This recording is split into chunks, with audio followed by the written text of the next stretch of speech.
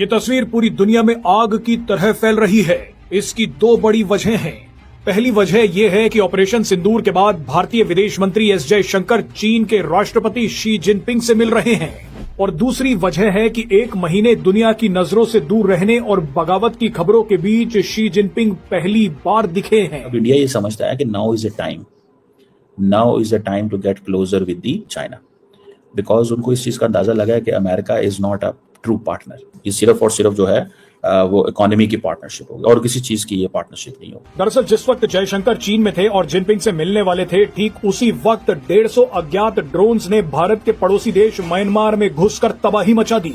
इन drones ने Myanmar में चीन द्वारा समर्थित उग्रवादी संगठन उल्फा आई पर बड़ा हवाई हमला कर दिया। चीन भारत के नॉर्थ ईस्ट राज्यों में अस्थिरता और उग्रवाद फैलाने के लिए उल्फा आई का इस्तेमाल करता आया है। चीन उल्फा आई को पैसे और हथियार देता आया है, लेकिन जयशंकर और जिनपिंग की मुलाकात से पहले किसी ने उल्फा आई पर तगड़ी स्ट्राइक कर दी।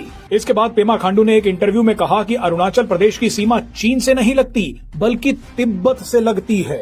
अब आप ही बताइए कि ऐसा बयान सुनकर चीन खून के आंसू रोएगा या नहीं।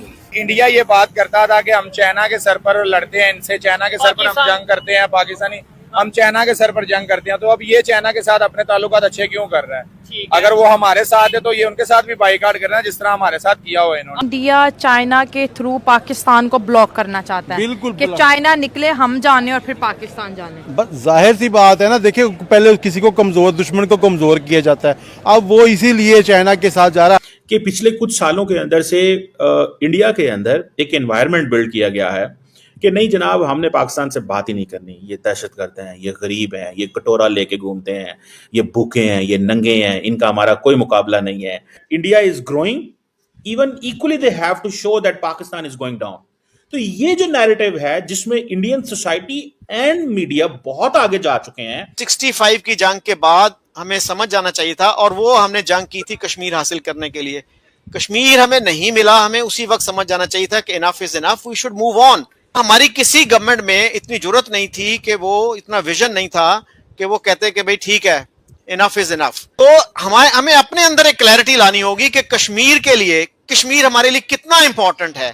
क्या हम उसके लिए न्यूक्लियर जंग के लिए भी तैयार हैं? तो इंडियंस क्या कहते हैं कि हमने बहुत पीस नेगोशिएशंस करके देख लिए, बड़े ओवरचर्स करके देख लिए, लेकिन हमें उधर से कभी ठंडी हवा नहीं आई। तो हमें उधर से हमेशा नुकसानदेह बातें सुनने को मिली, नुकसान ही पहुंचा। अब देखिए हमें कांग्रेस बड़ी अच्छी लगना शुरू हो गई है। मनमोहन सिंह को हम कहते हैं जी he was a man of peace. तो भाई मुंबई किस दौर में हुआ था? Manmohan Singh was the prime minister. So उसके बाद अब देखिए even Narendra Modi he came to Lahore, और उनके जो दोस्त थे, अहबाब थे, पॉलिटिकल एडवाइजर, उनके मशवरे के अगेंस्ट वो आए कि आपकी जो कंस्टिट्यूएंसी है उसको नुकसान पहुंचेगा पाकिस्तान जाने से, लेकिन ही टुक द रिस्क। उसका हमने कैसे रिस्पॉन्ड किया? एक तो पठानकोट हो गया, उसके बाद फिर बिलावल साहब ने कश्मीर के इलेक्शंस में जाके नारा लगा दिया मोदी का जो यार है गद्दार है, गद्दार है। तो ये तो सीरियसनेस का लेवल है हमारे यहाँ कि हम एक अपॉर्चुनिटी को, एक अच्छी अपॉर्चुनिटी थी वो, उसको भी हमने पॉलिटिसाइज कर दिया, सियासत की नजर कर दिया। तो सर ये हमें जब तक हम इंट्रोस्पेक्शन नहीं करेंगे, मेरा ख्याल है कि कोई हल नहीं निकलने वाला, चाहे ट्रंप आ जाए या कोई और आ जाए, nothing is going to change. अब देखिए हमारे मीडिया जो है, उर्दू अखबारात क्या लिखते हैं, जब भी जिक्र करते हैं इंडिया का, वो ये लिखना ड्यूटी समझते हैं, पेट्रियोटिक और रिलीजियस ड्यूटी, कि जी अजली दुश्मन मक्कार दुश्मन। What kind of language is that?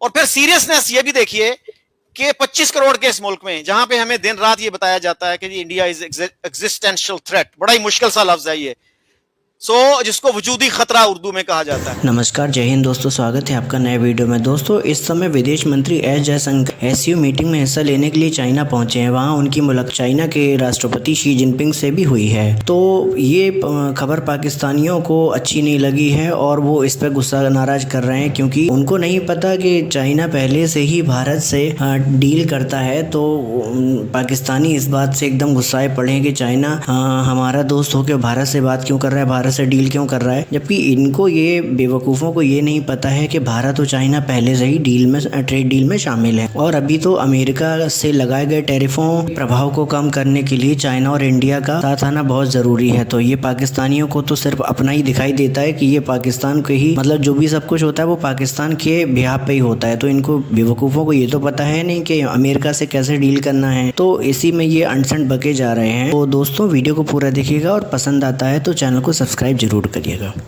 India और चाइना कहीं ना कहीं एनिमीज भी तो हैं। 1962 में जंग भी कर चुके हैं। अगर इंडिया हमें इतना स्वेट किस्म का बाइकआउट कर रहा है, लेकिन चाइना के लिए वही पॉलिसीज कहाँ चली जाती है और फिर वहाँ पर नेशनल इंटरेस्ट ज्यादा हमें दिखने को मिलती है और हमारी तरफ नेशनलिज्म हमें मिलता है। देखो मेरी बात सुनो, हमारा और इंडिया का कोई मुकाबला नहीं है, ठीक है। इंडिया की इकोनॉमी ऊपर है, हमारी कम है। अब हम अगर चाइना और इंडिया को कंपैरिजन कर लें तो चाइना की भी बहुत बड़ी है। चाइना बहुत आगे निकल चुका है और उसके मुकाबले में इंडिया उससे थोड़ा पीछे है। तो तुम्हें पता है कि जो सुपर पावर होते हैं वो कभी भी एक दूसरे की दुश्मनी ना मोल लेती हैं और दोस्ती से उनको फायदा पहुंचता है, और यही इंडिया कर रहा है।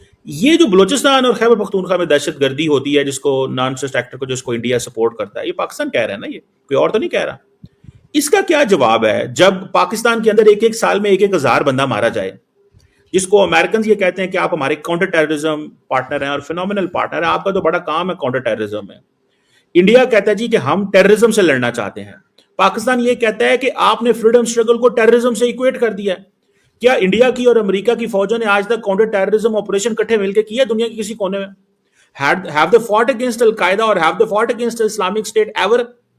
क्या कभी इंडिया की आर्मी या लॉ एनफोर्समेंट या सिक्योरिटी फोर्सेस ने अमेरिका या दुनिया के किसी मुल्क के साथ मिलकर अलकायदा या इस्लामिक स्टेट के लोगों के खिलाफ दहशतगर्दी की जंग लड़ी है? जंग पाकिस्तान लड़ रहा है।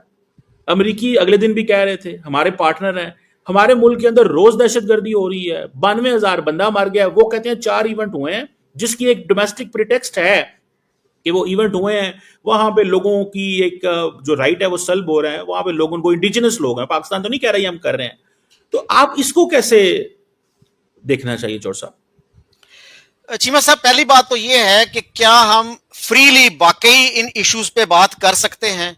हमारी स्टेट ये अलाउ करती है कि हम एक ऑनेस्ट डायलॉग किसी भी चैनल पे, सोशल मीडिया हो, मेन स्ट्रीम मीडिया हो, कर सकते हैं?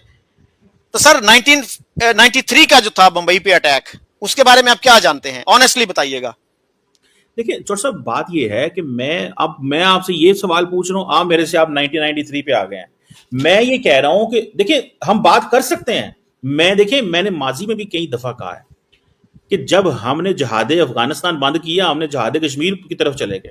देखिए क्वेश्चन ये नहीं है कि हम इन्वॉल्व नहीं रहे। देखिए सिंपल सी बात है, देखिए हमें समझना चाहिए, this is not the question we have not been involved या हमने नॉन स्टेट एक्ट को सपोर्ट नहीं किया। हमने उसकी, देखें फौज ये कहती है या मैंने जो सुना है लोगों से वो ये है कि उसकी रोजाना कीमत भर रहे हैं अपने खून से।